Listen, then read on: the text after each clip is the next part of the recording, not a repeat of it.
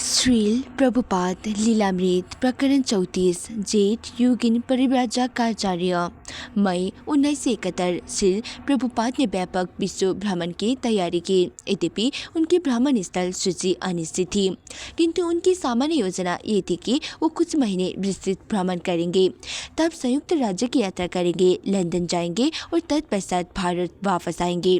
वो अपने शिष्यों को ऑस्ट्रेलिया और मलेशिया भेज चुके थे और वो वहाँ स्वयं जाना चाहते थे। वो मॉस्को भी जाना चाहते थे और सोवियत सरकार से अनुमति पत्र की प्रतीक्षा कर रहे थे, क्योंकि वो अपने आंदोलन का प्रसार अमेरिका में कर चुके थे। उसके बड़े नगरों में जाकर और वहाँ प्रचार करके तथा उसके बाद कार्य आगे बढ़ाने के लिए अपने कुछ विश्वास पात्र शिष्य को उन नगरों में रख चुके थे। इसलिए अब वो अपने क्षेत्र का विस्तार करके उसमें समस्त विश्व को लाना चाहते थे। श्री प्रभुपाद सतत भ्रमणशील भक्त नारद मुनि जैसे मनोभाव के साथ भ्रमण करते थे। श्रीमद् भागवतम के प्रथम स्कंद में श्री प्रभुपाद ने नारद मुनि के शब्दों का रूपांतरण दिया था।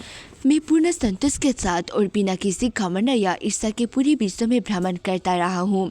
परम शक्तिमान विष्णु की कृपा से मैं सर्वत्र पहुँचता हूँ, चाहे वो दिव्य लोक हो या भौतिक संसार के तीनों लोक हो। मेरे मार्ग में कोई बाधा नहीं आती, क्योंकि भगवान की भक्ति में मैं निरंतर अटल हूँ। भगवान कृष्ण द्वारा प्रदत्त और दिव्य ध्वनि से समन्वित अपने बिना बजाता हुआ और श्री भगवान के दिव्य संदेश का निरंतर गुणगान करता हुआ मैं उपयुक्त विधि से सदा विचरण करता रहता हूँ। और भागवत के अपने तात्पर्यों में श्री प्रभुपाद ने व्याख्या की थी।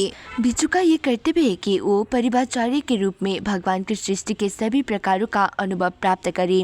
उसे अकेले ही सभी वनों, पर्वतों, नगरों, गांवों आदि का भ्रमण करना चाहिए, जिसे वो भगवान में श्रद्धा और मनोबल प्राप्त कर सके और साथ ही वहाँ के निवासियों को भगवान के संदेश से प्रभुता बना सके।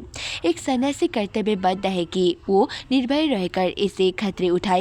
आधुनिक युग के सर्वाधिक विशिष्ट सन्यासी भगवान चैतन्य है, जिन्होंने इसी तरह मध्य भारत के जंगलों में भ्रमण किया और सिंहों, रीछों, सर्पों, हिरणों, हाथियों और इस तरह के अन्य वन्य पशुओं तक प्रबुद्ध बनाया। प्रभुपाद ने बताया था कि कलयुग में संन्यास विशेष रूप से कठिन है, पर यदि कोई संन्यास लेता है तो उसे नारद या भगवान चैतन्य जैसे परिवाचार्यों का अनुकरण नहीं करना चाहिए, वरन उसे किसी पवित्र स्थान में बैठना चाहिए और अपने समय और सारी शक्ति को वृंदावन के 6 गोस्वामियों जैसे महान आचार्य द्वारा रचित पवित्र धर्म ग्रंथ के बार बार श्रवण और पारायण में लगाना चाहिए। फिर भी प्रभुपाद एक भिक्षु प्रचारक और परिवाचार्यों की भांति भ्रमण कर रहे थे, उस उच्च स्तरों को प्राप्त करके जहाँ पहुंचकर शुद्ध भक्त वृंदावन में निवास करता है और निरंतर हरे कृष्ण भजता है। वो अब समस्त संसार के कल्याण के लिए भ्रमण कर रहे थे। नारद मुनि की भांति वो संसार के सभी भागों में जा रहे थे।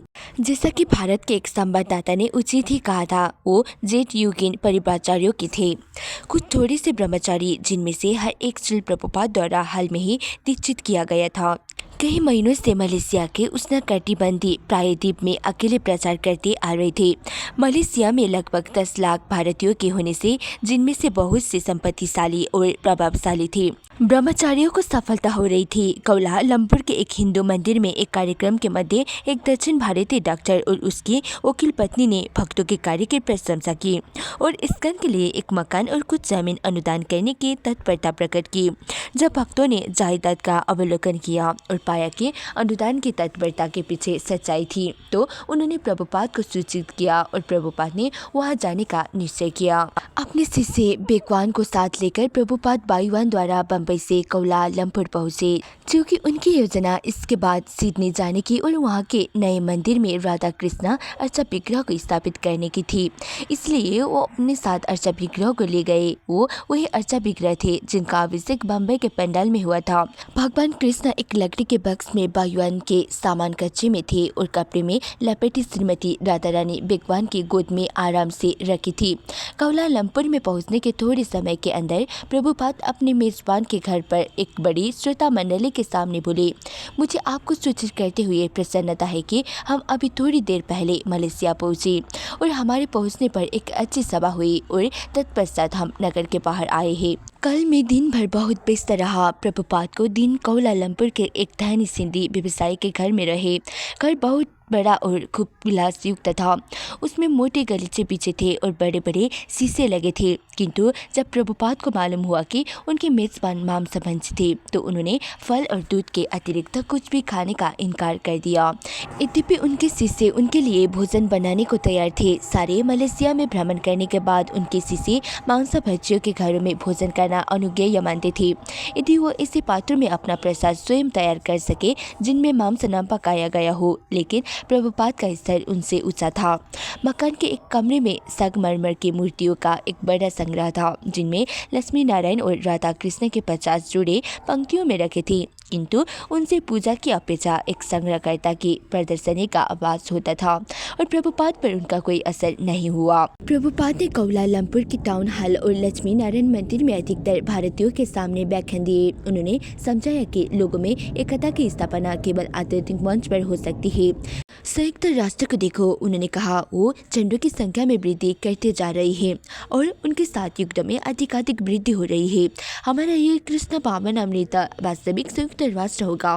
प्रभुपाद अपने साथ स्कंद के कार्यकलापों की स्लाइड ले आए थे और उन्होंने एक स्लाइड दिखवाया और एक शिष्य से उसका वर्णन करवाया।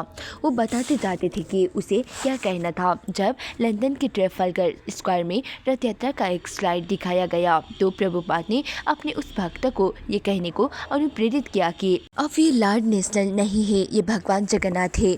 जब प्रभुपाद की भेंट उस दंपति से हुई जो भूमि देने को तैयार था तो उन्होंने पाया कि अनुबंध में कई महत्वपूर्ण शर्तें थी। डॉक्टर और उसकी पत्नी का कहना था कि वो इस्कान के मुख्य राष्ट्रीय मार्ग के बगल में जमीन का एक बड़ा टुकड़ा देने को तैयार थे और उनके निर्माण इस्कान स्वयं मंदिर का निर्माण करेगा।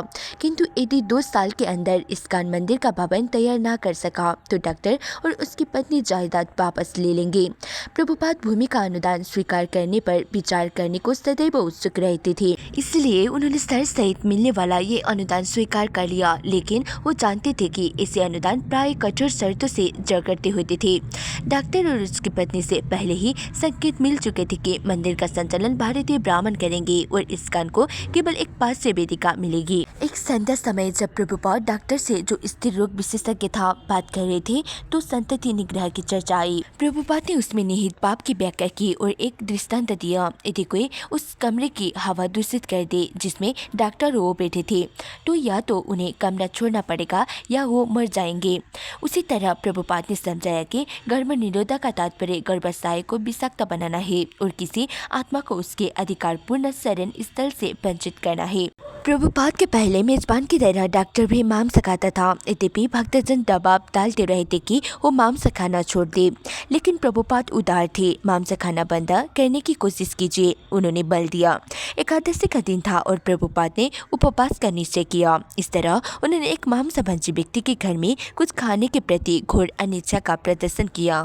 सिडनी, मई 9, 1971। सिडनी के भक्त प्रभुपाद के लिए तैयार नहीं थे। एक पहले के तार से उनको सूचित किया गया था कि प्रभुपाद आ रहे थे, लेकिन बाद के एक तार से सूचना मिली थी कि अब प्रभुपाद नहीं आ रहे थे। एक तीसरा तार मिला था जिसमें खबर थी कि ऑस्ट्रेलिया के जीबीसी सचिव बलिमर्दन आ रहे थे। जब एक चौथी तार में केवल थी और उड़ान नंबर के साथ ये सूचना आई कि आ रहे हैं तो भक्तों ने मान लिया था कि इसमें बलिमर्दन के आने का निर्देश था, प्रभुपाद का नहीं। भक्तों ने एक छोटी सी माला ली और वो हवाई अड्डे पर गए और जब सीमा शुल्क क्षेत्र के द्वार उन्मुक्त हुए और प्रभुपाद स्वयं बाहर निकले तो भक्त हक्का बक्का रह गए। बाएं हाथ में एक सफेद अटैची, दाएं में एक छड़ी लिए और कंधों पर एक हल्की चादर लपेटे हुए प्रभुपाद हवाई अड्डे में प्रविष्ट हुए। संवाददाता जो बलिमर्दन से मुलाकात करने आए थे उत्सुकतापूर्वक आगे बढ़े और उनमें से एक ने पूछा कि प्रभुपाद ऑस्ट्रेलिया कैसे पहुंच गए थे। धीमे स्वर में प्रभुपाद ने उत्तर दिया कि वो सर्वत्र जाते थे जैसे एक विक्रेता सर्वत्र पहुंचता है। एक विक्रेता को खरीदारों की तलाश रहती है, वो जहाँ भी मिल जाए। और प्रभुपाद उन लोगों की तलाश में यात्रा कर रहे थे जो इतने बुद्धिमान हो कि उनके संदेश को स्वीकार कर ले। ऑस्ट्रेलिया आने में कोई अंतर नहीं पड़ता। उन्होंने कहा, सरकारों ने सीमांकन कर रखा है, ये ऑस्ट्रेलिया है, किंतु हमें सर्वत्र कृष्ण की भूमि दिखाई देती है। एक भक्त ने शीघ्रतापूर्वक जाकर मंदिर को फोन किया, प्रभुपाद आ गए हैं। 26 सेकेंड एवेन्यू, न्यूयॉर्क के प्रभुपाद के आदि मंदिर के भांति सिडनी का मंदिर भी एक प्रमुख व्यावसायिक मार्ग पर एक एक कच्ची स्टोरफ्रंट में स्थित था। स्टोरफ्रंट की शीशे की खिड़की पर एक भक्त ने राधा और कृष्ण का चित्र अंकित कर दिया था। प्रभुपाद कमरे में प्रविष्ट हुए तो उसे असज्जित पाया। अतिरिक्त इसके कि वहाँ एक साधारण लकड़ी की वेदिका थी जिस पर 3 इंच के जगन्नाथ अर्चा विग्रह रखे थे और कपड़े से ढका एक बड़ा सा व्यास आसन था। एक पुराना कालीन फर्श पर बिछा था। हवा में छाई हुई नीली धुंध नीचे रसे घर से उठता हुआ धुआं था, जहाँ एक भक्त प्रभुपाद का दोपहर का भोजन पकाने के लिए जीरा जला रहा था। प्रभुपाद गंभीर बने रहे जब वो ज्ञान झुककर पीछे के दरवाजे तक गए और बाहर की ओर देखने लगे, किंतु जब उन्होंने देखा कि मकान से सटकर कूड़े का ढेर लगा था और ऊंचाई तक पटरे रखे थे तो उनकी गंभीरता रुखाई में बदल गई। ये सब क्या है? उन्होंने पूछा। किसी ने व्याख्या करने की कोशिश की लेकिन वो असंतोषजनक रही। एक भक्त एक गिलास दूध ले आया। बहुत गर्म है, प्रभुपाद ने कहा और भक्त उसे वापस ले गया। प्रभुपाद बड़े व्यास आसन पर बैठ गए। उन्होंने कमरे में हर एक के चेहरे को देखा। लगभग 15 भक्तों में से किसी ने उन्हें पहले कभी नहीं देखा था और कुछ थोड़े से ही दीक्षित हुए थे। डाक द्वारा वो अप्रशिक्षित थे। गलीचा गंदा है, प्रभुपाद ने कहा। उसके स्थान पर दूसरा बिछाना चाहिए। और वेदिका पर फूल क्यों नहीं थे?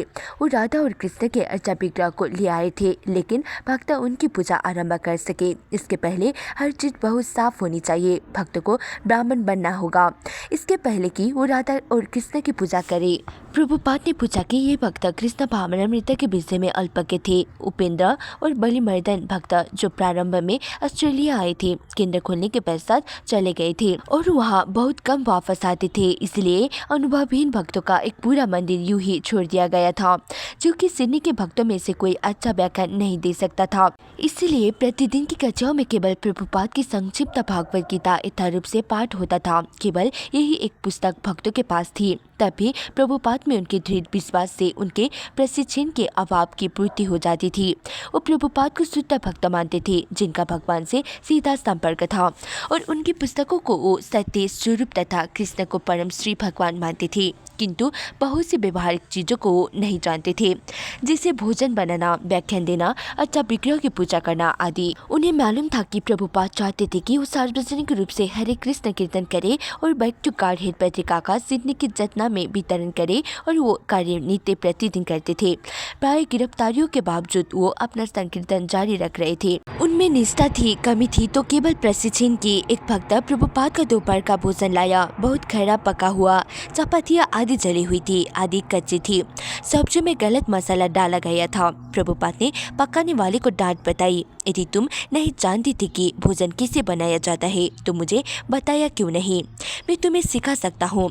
और वो रसोई घर में गए। एक ने कचौड़ियाँ बनाने की कोशिश की थी और वो असफल रही थी। यद्यपि वो जानती थी कि आटे को महीन बेलना चाहिए, उनमें पीठी बिल्कुल ठीक भरी होनी चाहिए और फिर किनारों को ठीक ठीक मोड़ना चाहिए, पर ना तो वो और अन्य कोई भक्त ऐसा करने में सफल हो सका। प्रभुपाद ने उसे आटे और पीठों से पकाने की कला का प्रदर्शन किया और अच्छी कचौड़ियाँ बनाई। भक्तों ने चपातियाँ बनाने में अपनी कठिनाई बताई। उनमें बिजली के स्टोव में लापट नहीं थी। चपातियाँ हमेशा या तो सूख जाती थी या कच्ची रह जाती थी या जल जाती थी। वो फूलती कभी नहीं थी। भक्तों के इस बहाने से प्रभुपाद को चिढ़ हुई। उन्होंने दिखाया कि बिजली के चूल्हों पर भी चपातियाँ हर बार कैसे फुलाई जा सकती थी। तब उन्होंने रसोई को एक सादी सब्जी बनाने की विधि बताई। वो बनाते जाते और सिखाते जाते थे। जब वो रसोई घर में से चले गए तो भक्तों ने चपातियाँ बनाने की फिर से कोशिश की। चपातियाँ फिर भी नहीं फूली। ये एक जादूगरी की कला मालूम होती थी जिसे केवल प्रभुपाद ही जानते थे। राधा और कृष्ण को ऑस्ट्रेलिया लाने के लिए प्रभुपाद के पास अपने कारण थे जिनमें कुछ स्पष्ट थे और शेष इतने गहरे थे कि केवल वो और राधा तथा कृष्ण समझ सकते थे। इतना तो था कि प्रभुपाद अपने आंदोलन का लगातार विस्तार कर रहे थे जिसका एक महत्वपूर्ण अंग अर्चा विग्रह की पूजा था। अतः राधा और कृष्ण को ऑस्ट्रेलिया लाने का ये एक कारण था, भक्त को मजबूत बनाना और अपने आंदोलन को वहाँ और ठोस रूप में स्थापित करना। और प्रभुपाद को इन अर्चा विग्रहों से प्रेम था। ये अर्चा विग्रह बम्बई के पंडाल में अभिषिक्त हो चुके थे और उसके बाद उनका सार्वजनिक प्रदर्शन नहीं हुआ था। प्रभुपाद ने उन्हें अपने कमरे में रखा था जहां दिन में वो उन्हें देख सकते थे। वो बम्बई से उन्हें मलेशिया ले गए थे और फिर वहां से सिडनी और अब उनका प्रस्ताव उन्हें इस्कॉन के विकासशील केंद्र में स्थापित करने का था। किंतु उनके हृदय की असीम शुद्धता और परम कृपालु श्री श्री राधा और कृष्ण के लिए कोई भी आपदा मोल लेने के लिए उनके दृढ़ निश्चय की गहराई अथाह थी। श्री प्रभुपाद के कार्यकलाप अत्यंत गंभीर थे और उनके गहरे आशय को कोई समझ नहीं सकता था। भगवान चैतन्य के संबंध में कृष्णदास कबीरदास ने लिखा है, मैं श्री चैतन्य महाप्रभु के कार्यकलाप का गहन आशय नहीं जानता, मैं केवल उनके बाहरी वर्णन का प्रयत्न कर रहा हूँ। जब प्रभुपाद दीक्षा संस्कार और अर्चा विग्रह के प्राण प्रतिष्ठा के लिए मंदिर में आए तो भक्त तैयार नहीं थे। लगभग खाली वेदिका का अलंकरण केवल एक छोटा सा फूलदान कर रहा था और भक्त ने अर्चा विग्रह के लिए मालाएं तैयार नहीं की थी। प्रभुपाद अप्रसन्न हुए, पर छोटा सा मंदिर लोगों से भर गया था और अतिथि तथा भक्त दरवाजों में भीड़ लगाए खड़े थे और सामने की खिड़की से झांक रहे थे। टीवी दल ने गर्म बत्तियों के प्रकाश में कार्यक्रम की फिल्म बनाई। जब तक भक्त जल्दी में अर्चा विग्रह के लिए मालाएं गूंथे, प्रभुपाद ने दीक्षा संस्कार संपन्न कराया। सब मिलाकर 15 शिष्यों ने दीक्षा ली। कुछ भक्तों को उन्होंने पहली दीक्षा दी, कुछ को दूसरी और शेष को पहली और दूसरी दोनों। तब उन्होंने राधा कृष्ण के विग्रह को प्रेमपूर्वक स्नान कराया और हवन किया। अर्चा विग्रह को परिधान धारण कराते हुए प्रभुपाद ने टिप्पणी की कि उनके वस्त्र ठीक से नहीं बने थे और भक्तों को नए वस्त्र तुरंत बनाने चाहिए। उन्होंने अर्चा विग्रह को श्री श्री राधा गोपीनाथ नाम दिया। वैभवी उन्होंने मंदिर में हर एक को दीक्षित किया जो कोई भी वहाँ था, एक लड़के को भी जो उसी सप्ताह दाखिल हुआ था और कृष्णा भावनामृत के बारे में जिसने अभी केवल एक सप्ताह पूर्व सुना था, उन लोगों को भी जो मंदिर में नहीं रहते थे, जो कोई भी वहाँ मिल गया और किसी भी तरह की सेवा में लगा था। वो कृष्णा भावनामृत को ऑस्ट्रेलिया में स्थापित देखना चाहते थे, इसलिए उन्होंने हर एक को दीक्षित किया। उन्होंने पहली और दूसरी दीक्षा एक साथ ही दी क्योंकि अर्चा विग्रह की स्थापना के बाद वहाँ कुछ ब्राह्मण का होना जरूरी था, लेकिन हम कुछ नहीं जानते थे, हम तैयार तक नहीं थे, वेदिका पूरी तरह नहीं बनी थी। प्रभुपाद ने मुझे बताया कि हमें फूलों को गूंथकर एक माला बनानी चाहिए थी। अर्चा विग्रह को माला पहनाई जाती है। मैं सड़क में इधर इधर भागती फिर रही थी कि कुछ माला और धागा मिल जाए जिसे माला बना सके। यज्ञोपवीत के साथ भी वही बात थी। यज्ञोपवीत उपलब्ध नहीं थे। ब्राह्मण दीक्षा के समय प्रभुपाद ने पुरुषों को एक पवित्र धागा दिया, लेकिन कोई नहीं जानता था कि ये क्या था। अतः मुझे भागकर कुछ धागे लाने पड़े और जब प्रभुपाद लोगों की दीक्षा दे रहे थे तो मैं पास में बैठे यज्ञोपवीत बना रही थी। उस यज्ञोपवीत की नकल करती हुई जिसे बलिमर्दन ने अपने शरीर पर से उतार दिया था। मैंने 5 यज्ञोपवीत बनाए और तब मेरी बारी आ गई। हवन हो जाने पर जब मैं प्रभुपाद के कमरे से बाहर आई जिसमें उन्होंने मुझे गायत्री मंत्र दिया था, तो दूसरे भक्तों ने कहा, अब तुम एक ब्राह्मण हो इसलिए तुम्हें भी एक यज्ञोपवीत धारण करना है।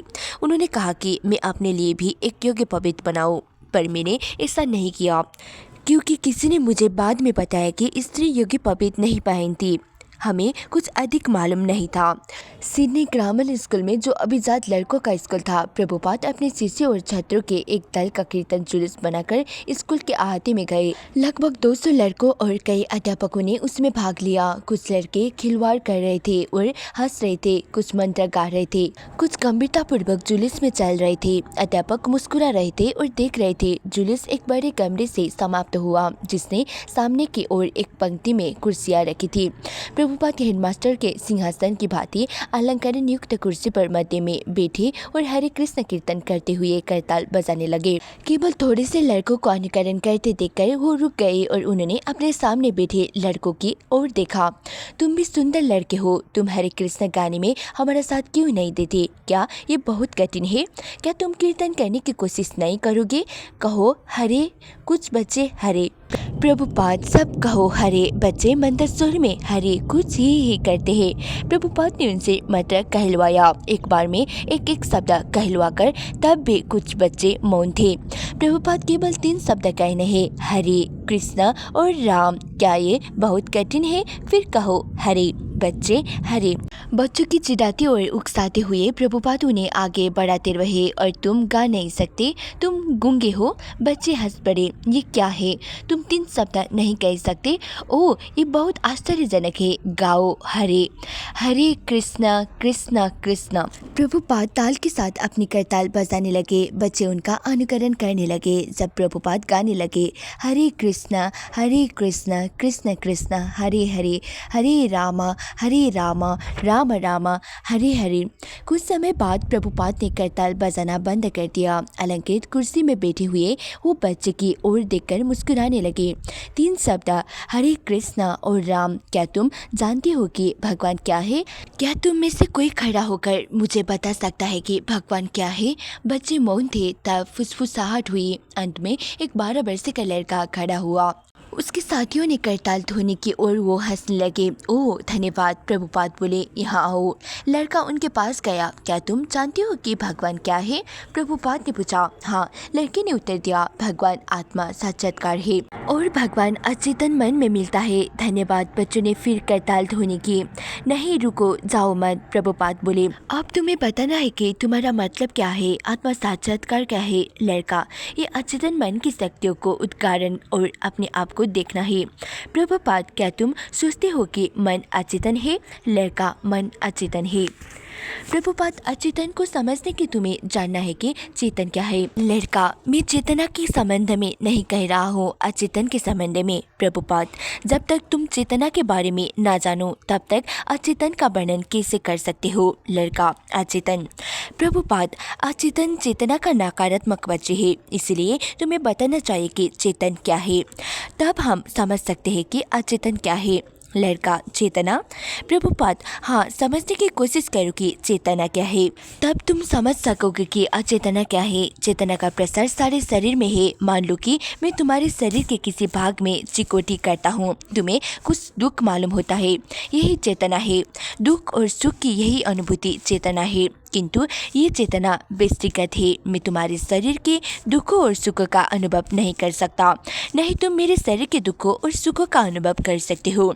इसलिए तुम्हारी चेतना तुम्हारी अपनी है और मेरी चेतना मेरी अपनी है।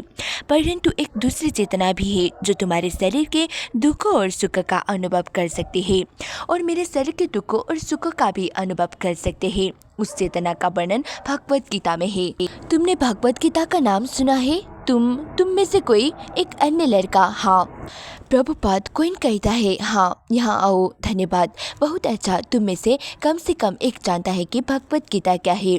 भगवत गीता में कहा है कि, और आगे प्रभुपाद ने भौतिक शरीर और आत्मा में तथा बेस्ती आत्माओं और परम आत्मा कृष्ण में जो अंतर है उसे समझाया।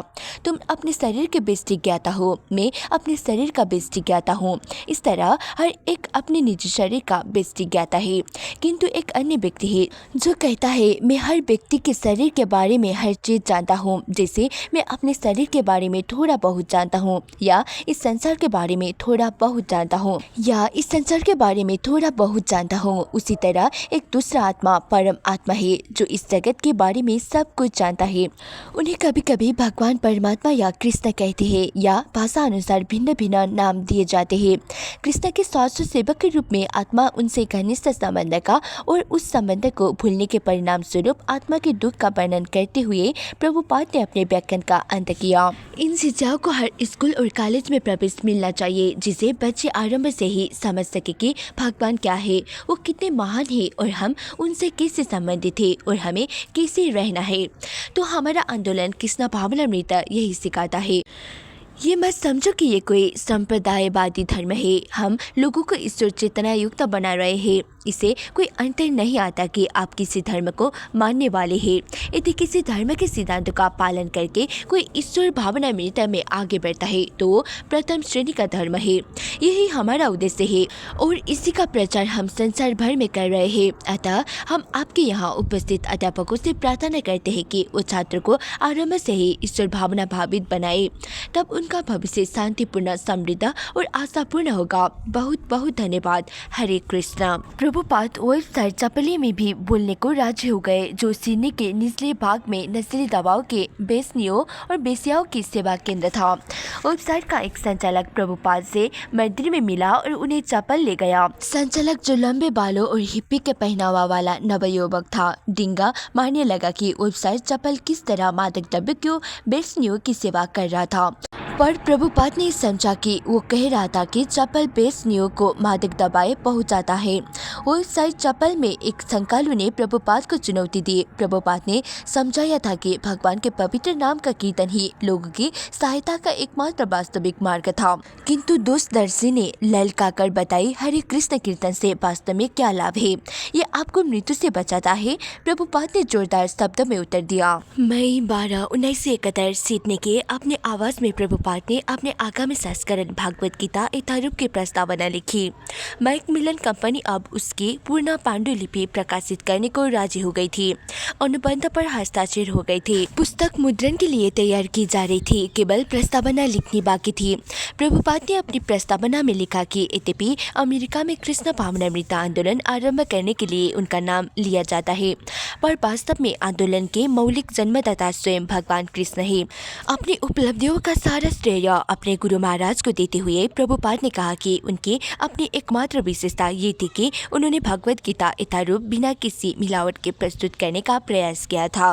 अपने निजी इंद्रियों को संतुष्ट करने के स्थान पर व्यक्ति को भगवान के इंद्रियों को संतुष्ट करना है। यही जीवन की चरम पूर्णता है।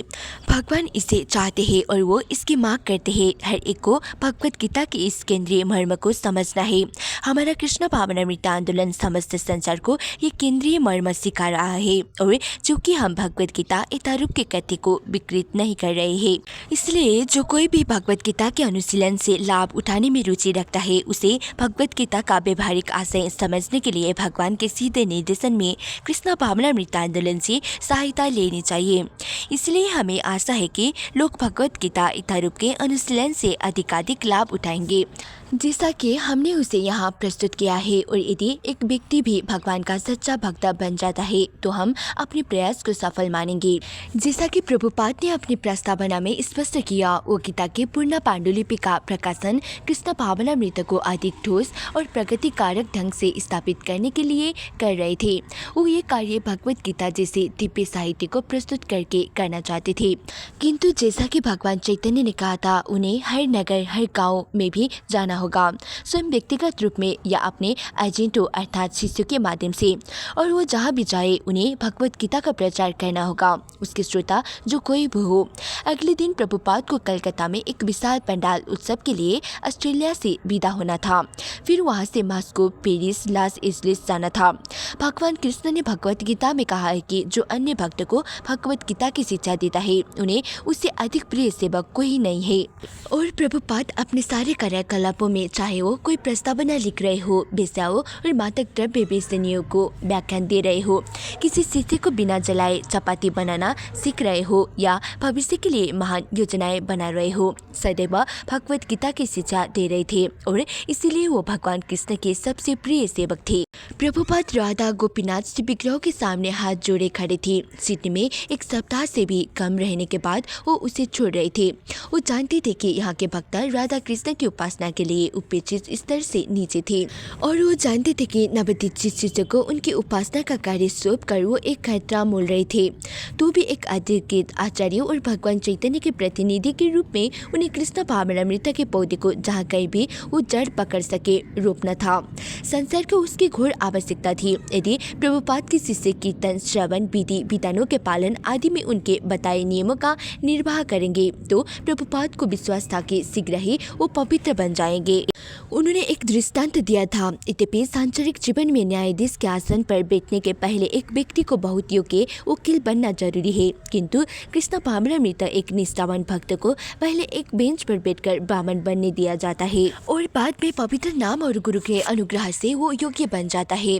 पर सिडनी के भक्त विशेष तौर से अपक्व थे और प्रभुपाद ने राधा गोपीनाथ से एक असामान्य याचना की। अब मैं आपको म्लेच्छों के हाथों में छोड़कर जा रहा हूँ, मैं इसकी जिम्मेदारी नहीं ले सकता। कृपा करके इन लड़कों को लड़कियों का मार्गदर्शन करना और उन्हें बुद्धि देना जिससे वो भली भांति आपकी पूजा कर सके।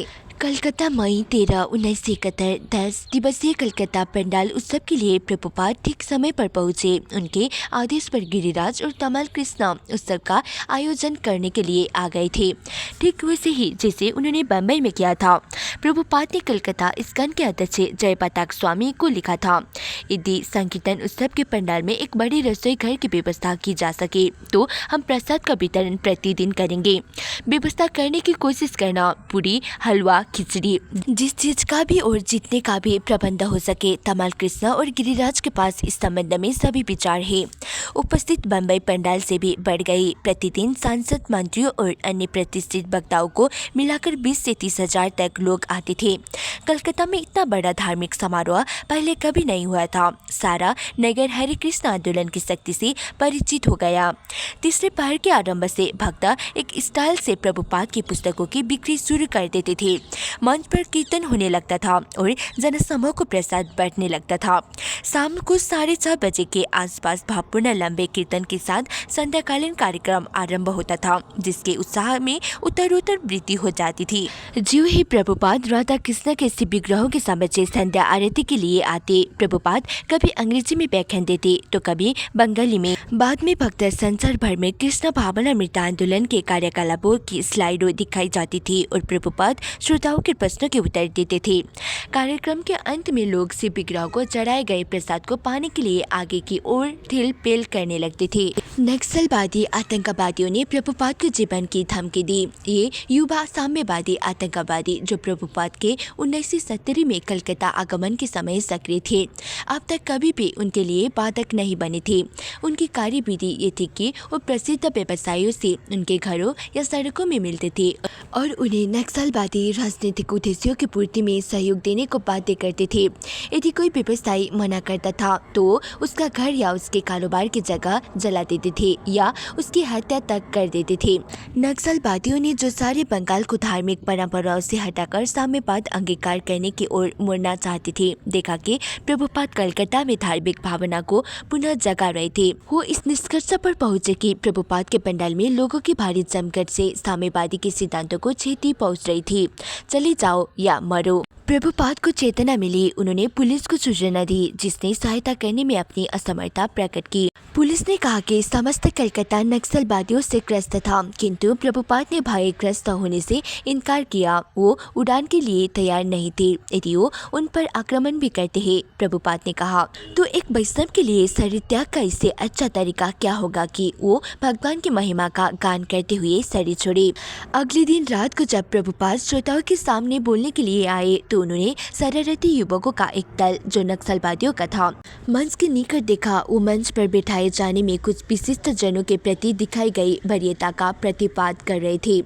जब एक युवा उग्रवादी ने चिल्लाकर कहा कि वो स्वयं मंच पर नृत्य करना चाहते हैं, तो भक्त ने उसे कीर्तन में सम्मिलित होने के लिए आमंत्रित किया। नक्सलवादी मुकर गए, लेकिन वो चिल्लाते रहे और सभा में बाधा डालते रहे। वो लकड़ी की कुर्सियों की सीटी को थपथपाने लगे। नक्सलवादी नारे लगाने लगे और पंडाल को जला देने की धमकी देने लगे। श्रोता मंडली में अन्य लोग घबराकर आपस में बात करने लगे। इससे हलचल में और भी वृद्धि हो गई। व्यवस्था स्थापित करने के विफल प्रयास में कुछ भक्तों ने उग्रवादियों को धमकी भी दी।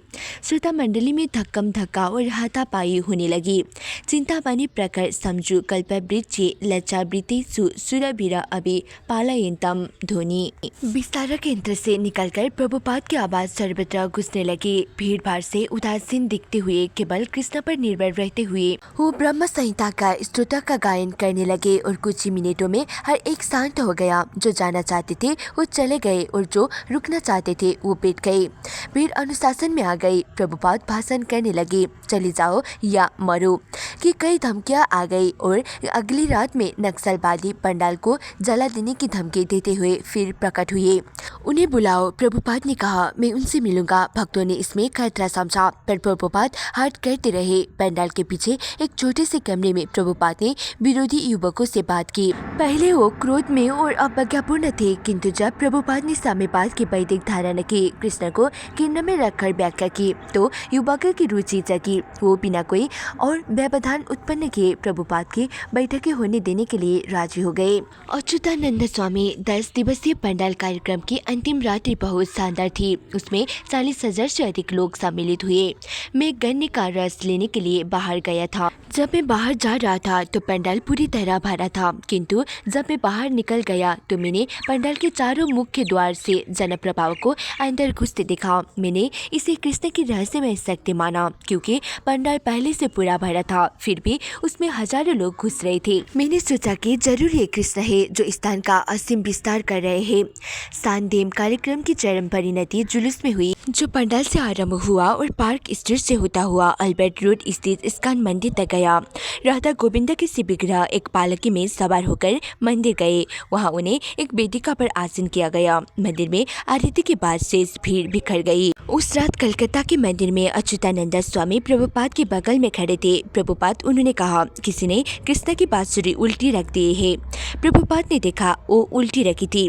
कृष्ण शक्तिशाली है। अच्युतानंद की ओर मुड़ते हुए उन्होंने कहा, वो बांसुरी दूसरे सिरे से भी बजा सकते हैं। श्री प्रभुपाद मायापुर में एक जमीन का टुकड़ा पाने की कोशिश अब भी कर रहे थे। मायापुर के अपने गुरु भाइयों से सहायता पाने का विचार छोड़कर अब बंगाली मित्रों के माध्यम से वो मायापुर के मुस्लिम किसानों से बात चला रहे थे। ऑस्ट्रेलिया से वापस आने के बाद प्रभुपाद ने तमाल कृष्ण को इस आदेश के साथ मायापुर भेजा था कि जब तक वो जमीन ना खरीद ले वापस न आए। तमाल कृष्ण का उद्देश्य सफल हुआ और मायापुर में 9 बीघा 3 एकड़ जमीन खरीदकर 6 दिन के बाद वो कलकत्ता लौटा। पर मायापुर का महत्व समझना भक्तों के लिए कठिन था। एक भक्त जायदाद देखने के लिए कलकत्ता से मायापुर की यात्रा पर गया और लौटने के बाद उसने प्रभुपाद से पूछा, हम वहाँ क्या करना चाह रहे हैं? वहाँ केवल एक बड़ा खाली मैदान है, वहाँ कुछ नहीं है, क्योंकि वहाँ कारखाने और कारें नहीं है। प्रभुपाद ने उत्तर दिया, इसलिए तुम सोचते हो कि वहाँ करने को कुछ नहीं है, किंतु हम मायापुर में हरे कृष्ण कीर्तन करने जा रहे हैं। हम वहाँ एक विशाल मंदिर बनाएंगे और संसार के सारे भक्त वहाँ भगवान चैतन्य की जन्मभूमि में जा सकते हैं और हरे कृष्ण का कीर्तन कर सकते हैं। 28 मई को प्रभुपाद ने लिखा, तुम्हें ये जानकर प्रसन्नता होगी कि हमने भगवान चैतन्य के जन्म स्थान मायापुर में लगभग 5 एकड़ जमीन खरीद ली है और हमारा प्रस्ताव है कि हम जन्माष्टमी से आरंभ करके वहाँ 2 सप्ताह तक बढ़िया उत्सव करें। उसी समय निप का शिलान्यास होगा। मेरी इच्छा है कि हमारे सभी प्रमुख शिष्य उस अवसर पर भारत आए। हमारी 50 शाखाएं हैं, इसलिए हर शाखा से कम एक शिष्य को उत्सव में सम्मिलित होना चाहिए। जून 1971 प्रभुपाद महीनों से मास्को जाने की योजना बना रहे थे। रूसी जनता को धर्मोपदेश देने की इच्छा के अतिरिक्त उनका विशेष विचार भारत विद्या के एक रूसी प्रोफेसर जीजी कोटुबेक्सी से भेंट करने का था। प्रोफेसर कोटुबेक्सी मास्को की USSR एकेडमी ऑफ साइंसेज में भारतीय तथा दक्षिण एशियाई अध्ययन विभाग के अध्यक्ष थे और प्रभुपाद एक वर्ष से उनसे पत्र व्यवहार कर रहे थे। पश्चिम जर्मनी में कृष्णदास ने हैम्बर्ग विश्वविद्यालय के किसी डा बर्नहार्ड की सहायता से भारत विद्या के अन्य रूसी विद्वानों के नाम प्राप्त किए थे। दिसंबर 1970 में कृष्णदास को लिखे गए एक पत्र से प्रभुपाद की रूसी में धर्मोपदेश करने की योजना प्रकट हुई थी। रूसी जनता में इस संदेश का प्रचार करने के तुम्हारे उत्साह से मैं बहुत प्रोत्साहित हुआ हूँ और डा बर्नहार्ड की सहायता से पत्र भेजने का तुम्हारा विचार बहुत अच्छा है। वो बहुत बड़े विद्वान है और हमारे आंदोलन के प्रशंसक भी है।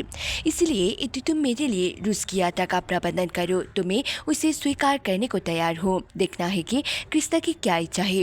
यदि हम अपने विश्व संकीर्तन दल के साथ रूस जा सके तो निश्चित है कि वहाँ की जनता इसे पसंद करेंगी और लोग देखेंगे कि वास्तविक शांति आंदोलन कीर्तन है, पवित्र नामों का कीर्तन।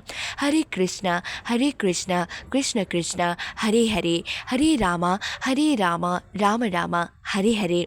श्री प्रभुपाद ने कृष्णदास को सिखाया था कि भारत विद्या विशारद रूसियों से मेल मिलाप कैसे बढ़ाया जाए।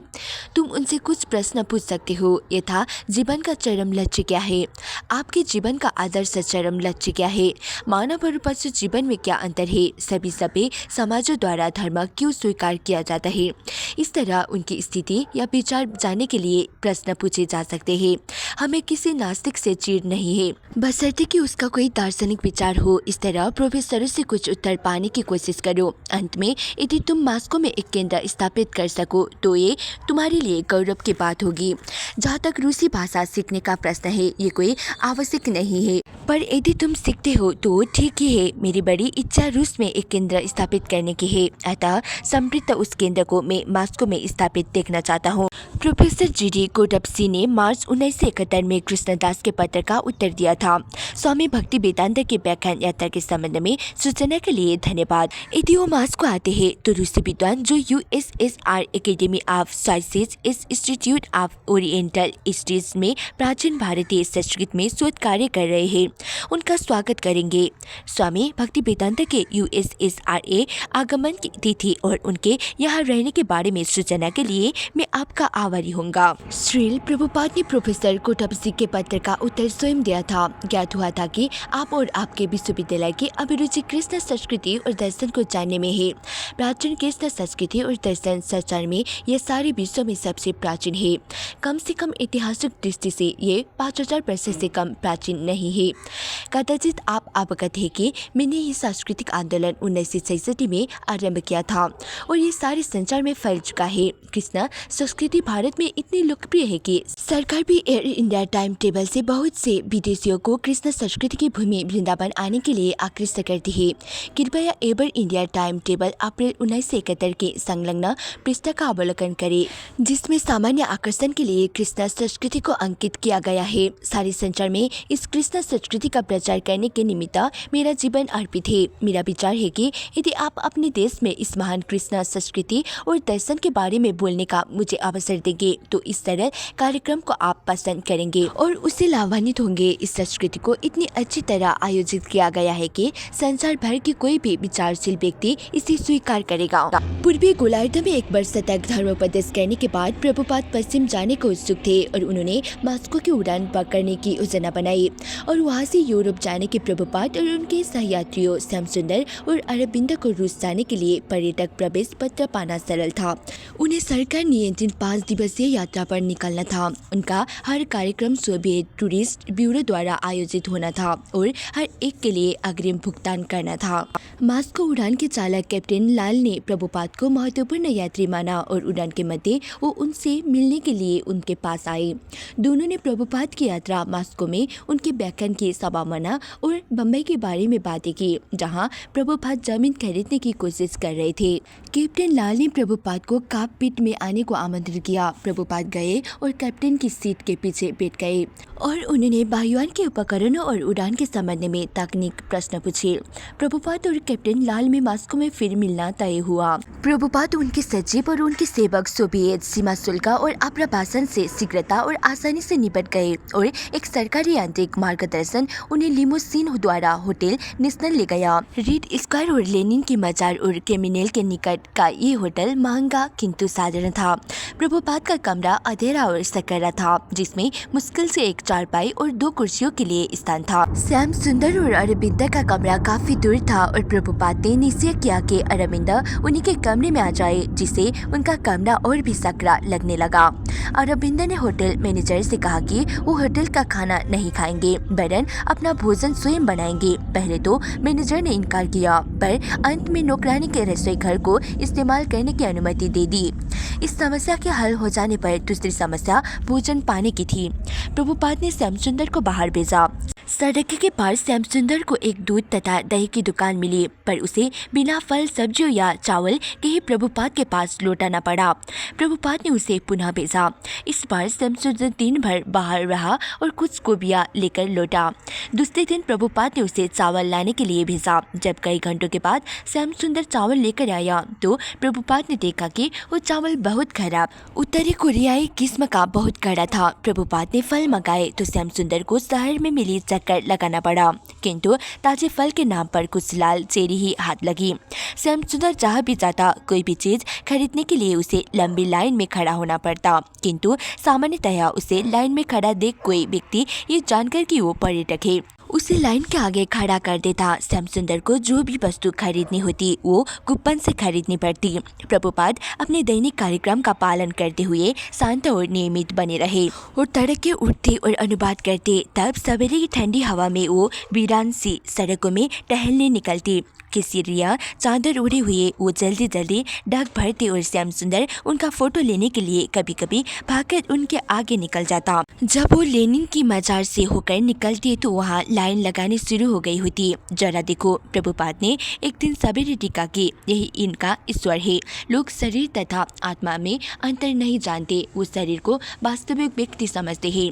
प्रभुपाद को यातायात की विरलता पसंद आई। कुछ ट्रालियाँ तथा साइकिलें चलती थी और अधिकतर लोग पैदल चलते थे। जब वो पुराने अलंकृत भवनों से होकर निकले तो उन्होंने वृद्धा स्त्रियों को मोटी पाइपों से सड़कें धोते देखा। ये अच्छी प्रथा है, वो बोले। रूसी लोग अमेरिकनों की अपेक्षा अधिक नियमित व्यवस्थित जीवन बिताने प्रतीत होते थे। ये भोले भाले संयमी लोग जिन्हें अमेरिका में व्याप्त आनंदवाद ने भ्रष्ट नहीं किया था। कृष्ण भावनामृत के लिए उपयुक्त थे, किंतु आध्यात्मिक आहार के बिना वो विपन्न लग रहे थे। प्रभुपाद ने श्यामसुंदर के द्वारा प्रोफेसर कुतुबसी से उनके भेंट कराने का प्रबंध कराया और उन्होंने कैप्टन लाल से अपने साथ चलने को कहलवाया।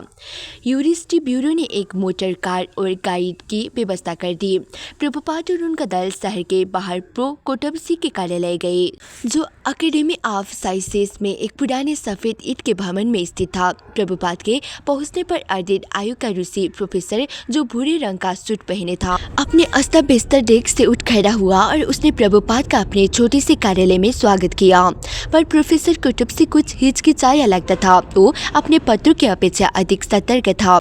जब श्यामसुंदर ने प्रभुपाद की उत्सुकता का उल्लेख किया कि वो एकेडमी के अभिरुचि रखने वाले विद्वानों के समक्ष भाषण देना चाहते हैं, तो प्रोफेसर कुतुबसी ने साफ इनकार कर दिया कि उसकी अनुमति कभी भी नहीं मिल सकती। प्रभुपाद को निराशा हुई, किंतु अगले ही क्षण लगा कि प्रभुपाद अप्रभावित थे और वो डेस्क पर बैठे प्रोफेसर कुतुबसी के निकट की खड़ी पीठ वाली कार्यालय कुर्सी में बैठे विनीत भद्र ढंग से बोलने लगे। श्यामसुंदर ने अपना टेप रिकॉर्ड चालू कर दिया। प्रोफेसर कुतुबसी ने सतर्क दृष्टि से उसे देखा, पर उसने कोई आपत्ति नहीं की। प्रभुपाद, अभी कुछ दिन हुए मैं मॉस्को न्यूज समाचार पत्र में पढ़ रहा था कि एक कम्युनिस्ट कांग्रेस की बैठक हुई, जिसमें अध्यक्ष ने घोषणा की कि सुधार लाने के लिए हम दूसरों के अनुभव लेने को तैयार है। अतः मेरा विचार है कि समाजवाद या साम्यवाद की वैदिक विचारधारा से साम्यवाद धारणा में काफी सुधार होगा। जिस समय प्रो कुतुबसी का विदेशी भेंटकर्ता बता रहा था कि वैदिक संस्कृति में किस तरह कोई गृहस्थ अपने घर में रहने वाले प्रत्येक प्राणी को, यहाँ तक कि छिपकली को भी भोजन देता है और किस तरह भोजन करने के पहले वो सड़क पर जो कोई भी भूखा मिलता है उसे खाने के लिए आमंत्रित करता है। उस समय प्रो कुतुबसी ये सब बड़े ध्यान से और शिष्टतापूर्वक सुन रहा था। इस तरीके से प्रभुपाद ने बताया, साम्यवाद की समाजवादी धारणा के संबंध में बहुत से अच्छे विचार है, इसलिए मैंने सोचा कि ये विचार आपके कुछ चिंतनशील व्यक्तियों में हो चुके होंगे, इसलिए मैं भाषण देने को उत्सुक था। प्रोफेसर कुतुबसी के अकादमिक रुचि भड़क उठी। आप जानते हैं, ये बहुत मनोरंजक है। उसने अपनी सुस्पष्ट अंग्रेजी में जोर के लहजे में कहा, जैसी स्थिति हमारे देश की है उसमें प्राचीन विचारों के इतिहास में बहुत रुचि ली जा रही है। उसने अपने सहकर्मियों की और स्वयं अपनी उपलब्धि का वर्णन किया, विशेषकर उस छोटी पुस्तिका का जिसमें भारत विद्या में सोवियत अध्ययनों का प्रमुखता से उल्लेख था और जिसे उन लोगों ने हाल में ही तैयार किया था। उसने कहा कि उसकी एक प्रति वो प्रभुपाद को देना चाहता था।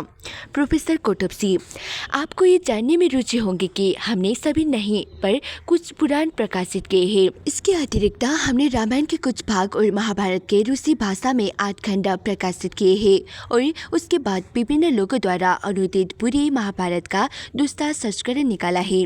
पूरी मनुस्मृति का भी अनुवाद हुआ है और संस्कृत व्याख्या के साथ वो प्रकाशित की गई है और इन प्रकाशों में लोगों की इतनी अधिक रुचि थी कि वो सभी एक सप्ताह के अंदर बिक गए। अब वो प्राप्त नहीं है। 1 महीने के बाद पुस्तकों के बाजार में उनका मिलना संभव है। मॉस्को और यूएसएसआर की पढ़ी लिखी जनता में प्राचीन वैदिक संस्कृति में इतनी अधिक अभिरुचि है। प्रभुपाद इन पुराणों में श्रीमद् भागवतम महापुराण कहलाता है और उन्होंने श्रीमद् भागवतम के अपने अनुवाद के बारे में उसे वैदिक कल्पवृक्ष का परिपक्व फल बताया। यदि प्रोफेसर की रुचि हो तो वो कुछ खंड दिखाने को तैयार थे। प्रोफेसर कोटोप्सी ने बताया कि मॉस्को और लेनिनग्राड के पुस्तकालयों में भारतीय संस्कृति के लगभग सभी प्रमुख संस्कृत ग्रंथ उपलब्ध थे। इन पुस्तकालयों में केवल प्राचीन ग्रंथ ही नहीं वरन आधुनिक साहित्य की पुस्तकें भी प्राप्त थी, जिसने हिंदुत्व का अधुनातम अध्ययन पूरा हो जाता है। हिंदुत्व प्रभुपाद ने बीच में टोका एक बहुत क्लिष्ट विषय है और वो दोनों हंस पड़े। प्रोफेसर कोटोप्सी सहमत हुआ कि हिंदुत्व एक धर्म से अधिक था, वो एक जीवन पद्धति था। किंतु प्रभुपाद ने बताया कि हिंदू नाम वास्तव में गलत था। वैदिक संस्कृति की व्याख्या करने वाला वास्तविक नाम वर्णाश्रम था। प्रभुपाद ने संक्षेप में चारों आश्रमों की व्याख्या की: ब्राह्मण, क्षत्रिय, वैश्य और शूद्र। प्रोफेसर कोटोप्सी आपने कहा है कि किसी भी समाज में 4 विभाग होते हैं, पर उनमें अंतर करना इतना आसान नहीं है। उदाहरण के लिए किसी समाज में किन्हीं विभिन्न सामाजिक वर्ग और व्यावसायिक समुदाय को 4 विभाग में बांटा जा सकता है। इसमें कोई कठिनाई नहीं है। कठिनाई केवल समाजवादी समाज में होंगे। उदाहरण के लिए हमारे देश में और अन्य समाजवादी समाजों में आप उत्पादक समुदाय और मजदूरों में अंतर कैसे कर सकते हैं? प्रभुपाद ने प्रोफेसर के प्रश्नों का स्वागत किया। यद्यपि ये प्रश्न सोवियत समाजवादी स्वार्थ से भरपूर थे। प्रभुपाद ने प्रोफेसर को इतना विद्वान नहीं समझा जितना सोवियत विश्वविद्यालय प्रणाली का एक मोहरा। जिस तरह एक राजनीतिक शक्ति अपने प्रतिद्वंद्वी को समझने का प्रयास करती है, उसी तरह ये प्रोफेसर भारतीय संस्कृति के विषय में पूछ रहा था, जिसे उसकी सरकार अपनी विचारधारा का प्रवेश उसमें करा सके। प्रोफेसर कोटोप्सी के वैदिक संस्कृति में जो दिखावटी रुचि थी, उसके पीछे प्रभुपाद को समाजवादी दल का दृष्टिकोण दिख रहा था, जो वैदिक दर्शन का सर्वथा विरोधी है। तब भी प्रभुपाद चतुराई के साथ परंपरा अनुसार कृष्ण भावनामृत बताते रहे और शास्त्र तथा तर्क के द्वारा प्रोफेसर कोटोप्सी को आश्वस्त करने का प्रयास करते रहे। भगवद गीता से जिससे एक शास्त्र के रूप में प्रोफेसर अपने ढंग से परिचित था, उदाहरण देते हुए प्रभुपाद ने भगवान कृष्ण को समाज में 4 विभागों के निर्माता के रूप में चित्रित किया। प्रोफेसर कोटोप्सी ने तुरंत इसका खंडन किया और कहा कि सोवियत विद्वानों का मत है कि वर्णाश्रम विभाग वैदिक सभ्यता में हाल में जुड़ गए थे। उसने अपना ये मत फिर से प्रस्तुत किया कि वर्णाश्रम विभागों का समाजवाद में कोई अर्थ नहीं था। प्रोफेसर कोटोप्सी आधुनिक समाजवादी समाज और समाजवाद के पूर्व के समाजों में बड़ा अंतर है, क्योंकि आधुनिक पाश्चात्य समाज में आप सभी सामाजिक और व्यावसायिक वर्गों को ब्राह्मण, क्षत्रिय, वैश्य या कारखाने के मालिकों और शूद्र निम्न कोटि के काम करने वालों के इन विशिष्ट वर्णाश्रमों में रख सकते हैं। किंतु हमारे यहाँ कोई पैसे नहीं है, क्योंकि हमारे कारखानों में प्रशासनिक वर्ग प्रबंध वर्ग होता है, इसलिए आप उन्हें क्षेत्रीय कह सकते हैं और श्रमिकों को शूद्र कह सकते हैं। लेकिन ये मध्यवर्ती वर्ग वैसे नहीं है। प्रभुपाद इसका वर्णन है कर लो शूद्र संभव। इस युग में व्यापारिक रूप से सभी मनुष्य शूद्र है, इसका वर्णन है। किंतु यदि केवल शूद्र हो तो समाज व्यवस्था में गड़बड़ी होगी। आपके राज्य में शूद्र के होने के बावजूद ब्राह्मण भी है, ये आवश्यक है। इसलिए यदि आप समाज को इस तरह विभाजित नहीं करते तो अव्यवस्था हो जाएगी। ये वेदों का वैज्ञानिक विचार है। आप शूद्र वर्ग के हो सकते हैं, लेकिन सामाजिक व्यवस्था बनाए रखने के लिए आपको कुछ शूद्र को प्रशिक्षण देकर ब्राह्मण बनाना होगा। समाज शूद्र पर निर्भर नहीं रख सकता। प्रभुपाद ने अपनी मानक उपमा प्रस्तुत की और समाज की तुलना मानव शरीर से की। शरीर के सभी अंग आवश्यक होते हैं, केवल पैर ही नहीं वरन पेट, बाहें और सिर भी। अन्यथा उन्होंने कहा शरीर ठीक से काम नहीं करेगा जब तक असंतुलन बना रहेगा, कोई ना कोई विघ्न आता रहेगा। प्रभुपाद ने कहा कि मानव समाज की भूल ये है कि वो ये नहीं समझता कि मानव जीवन का उद्देश्य क्या है। वो नहीं जानते कि अगला जीवन क्या है। उन्होंने कहा ऐसा कोई ज्ञान विभाग या वैज्ञानिक विभाग नहीं है जो अध्ययन करे कि इस शरीर का अंत होने पर आगे क्या होगा। प्रोफेसर कोटोप्सी ने शिष्टतापूर्वक पूर्ण विरोध करते हुए कहा, स्वामी जी, जब शरीर मर जाता है तो उसका स्वामी मर जाता है। प्रभुपाद ने ये उत्तर ध्यान से सुना। सुबेद अकादमी के भारतीय अध्ययन विभाग का अध्यक्ष एक विद्वान प्रोफेसर अज्ञान के पास में झगड़ा था। वो कौन था, इस विषय में उसकी धारणा एक पशु से अधिक आगे नहीं बढ़ रही थी।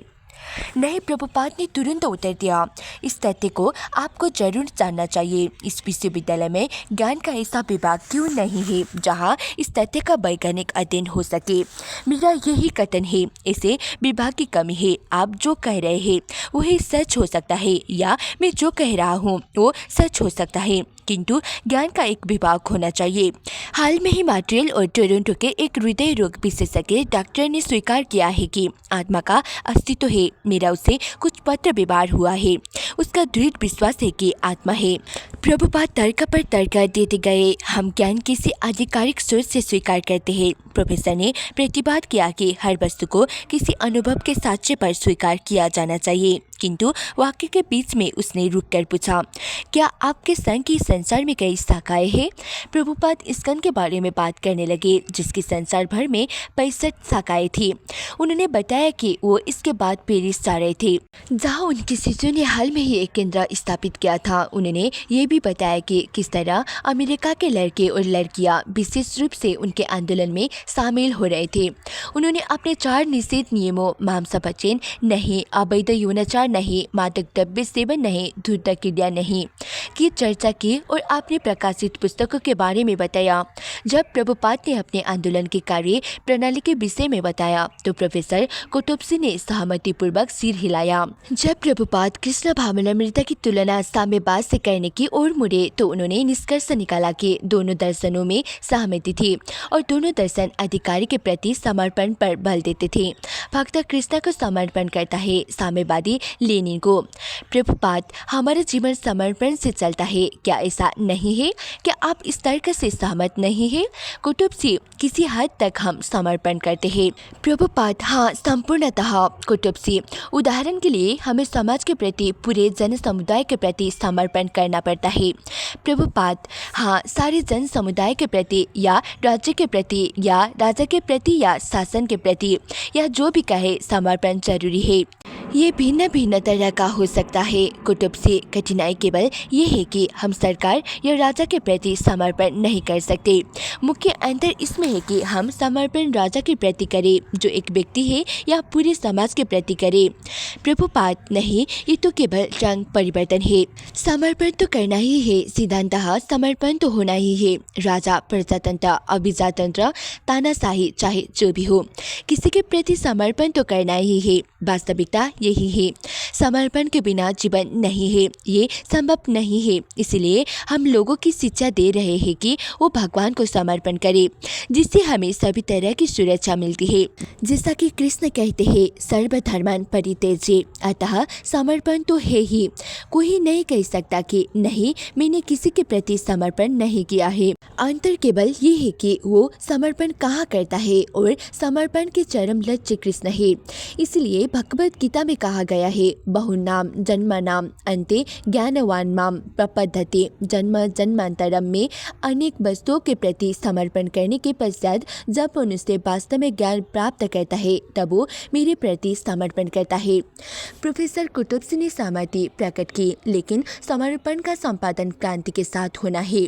उसने कहा, उदाहरण के लिए फासिसी क्रांति एक प्रकार की समर्पण के विरुद्ध विद्रोही थी और तब भी स्वयं वो क्रांति एक दूसरे प्रकार का समर्पण थी, जनता के प्रति समर्पण थी।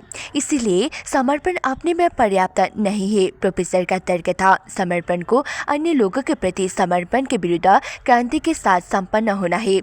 प्रभुपाद, हाँ, समर्पण तभी विराम को प्राप्त होगा जब वो कृष्ण के प्रति होगा, वही उसका विराम बिंदु होगा और अधिक समर्पण नहीं होगा। अन्य प्रकार के समर्पण को आपको क्रांति द्वारा बदलना होता है, किंतु जब आप कृष्ण के पास जाते हैं तो पर्याप्त होता है, आप संतुष्ट हो जाते हैं।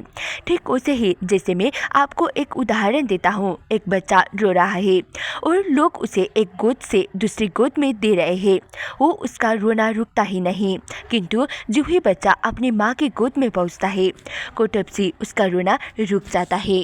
प्रभुपाद, हाँ, उसे पूरा संतोष हो जाता है। यही हाल समर्पण का है।